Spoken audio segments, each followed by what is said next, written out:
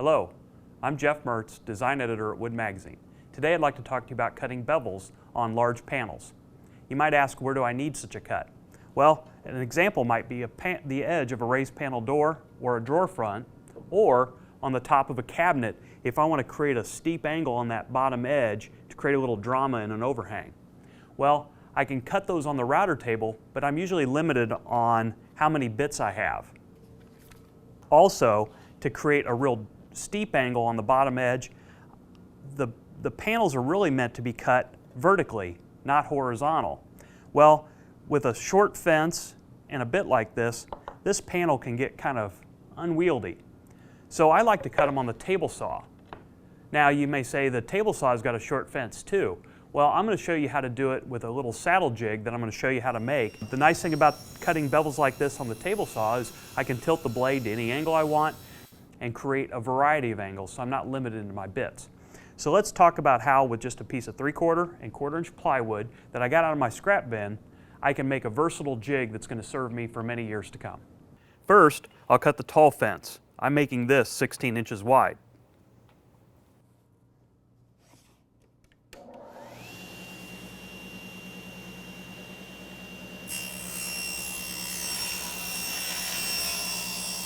Next, I'll need a piece the same width as the rip fence.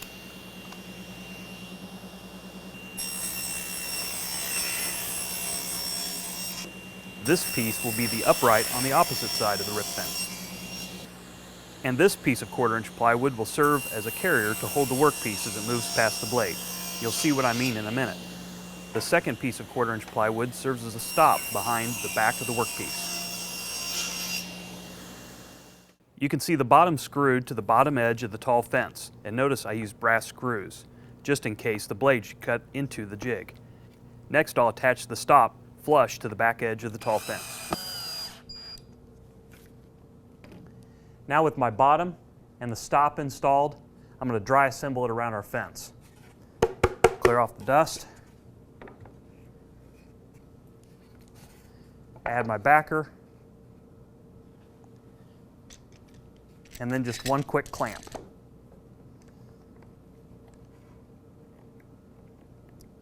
Now, this is great and will work just like it is, only if your panels match the width of your sled. But let's say my panel's this wide. Well, I can put a clamp here, no problem, but I don't have any support out here. And so what I want to do is remove some material on this backer board to allow my clamp to have multiple positions. So whether my panel's tall and narrower than my sled or it's shorter, I still have plenty of clamping position. So I'm just going to take a rough pencil outline and just kind of draw a sweep. That'll give me multiple clamping positions on this board. Now that I've got my backer board cut out, and I just use a jigsaw and some sandpaper just to knock the edges down. We're not building a piece of furniture. It's a great just a jig for the shop. So I've applied some double-faced tape to our top of our saddle.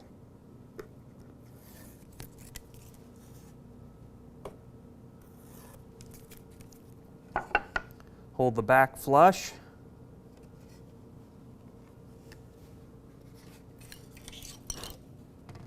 Add the other side. Again, add the clamps.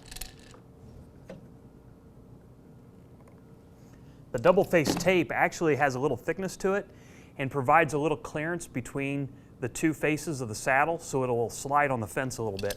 We're not talking a lot, we're just talking enough so you don't have it so tight that the sled won't move on the fence.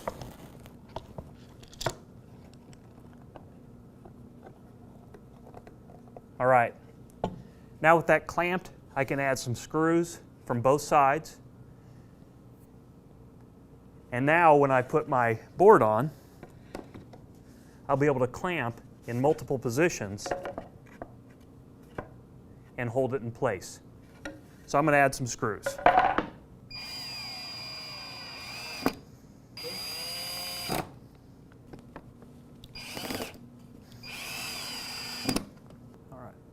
Okay, now we've got our jig assembled.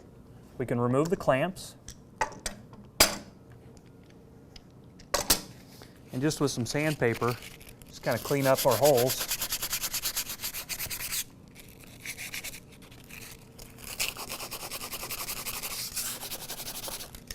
All right, now I've got a sled that, man, that works real well on that fence. It's going to give us a lot of control and be able to produce these cuts very safe. We'll slide that out of the way. Let's clean things up and we'll make a cut. With our jig assembled, raise your blade and tilt it to the appropriate angle. I've tilted ours 15 degrees. I've placed a mark on the front of the bottom of my sled, which is replaceable. Every time you make panels, I suggest you put a new strip on. Remember, that's just held on with a couple of brass screws.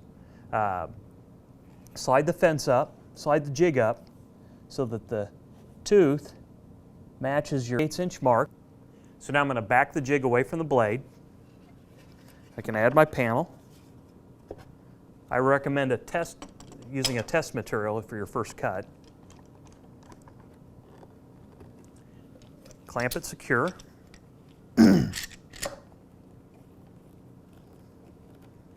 And we'll make our first safe cut.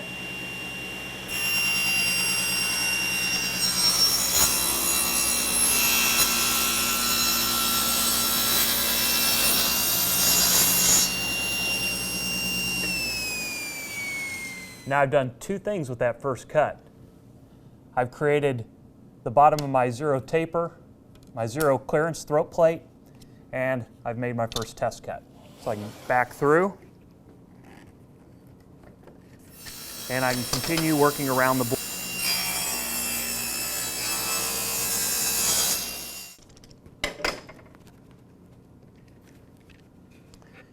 And there we have it. Some nice tapers on a big panel.